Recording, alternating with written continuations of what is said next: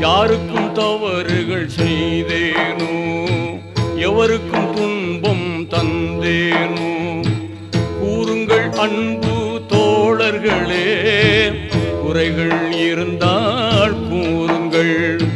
எப்போதேனும் சிறு பிழைகள் என் வாழ்வு ஏதும் செய்தேனோ, தப்பாது இங்கே சொல்லிடுவீர், தயங்காமல் அதனை ஏற்றிடுவேன். ஒரு நாள் மதீனா நகர்தனிலே, ஓங்கு மஸ்ஜித் நபவியிலே, அது கேட்ட தோழர்கள் நெஞ்சங்கள் அதிர்ந்தது அங்கமெல்லாம் நடுங்கியே.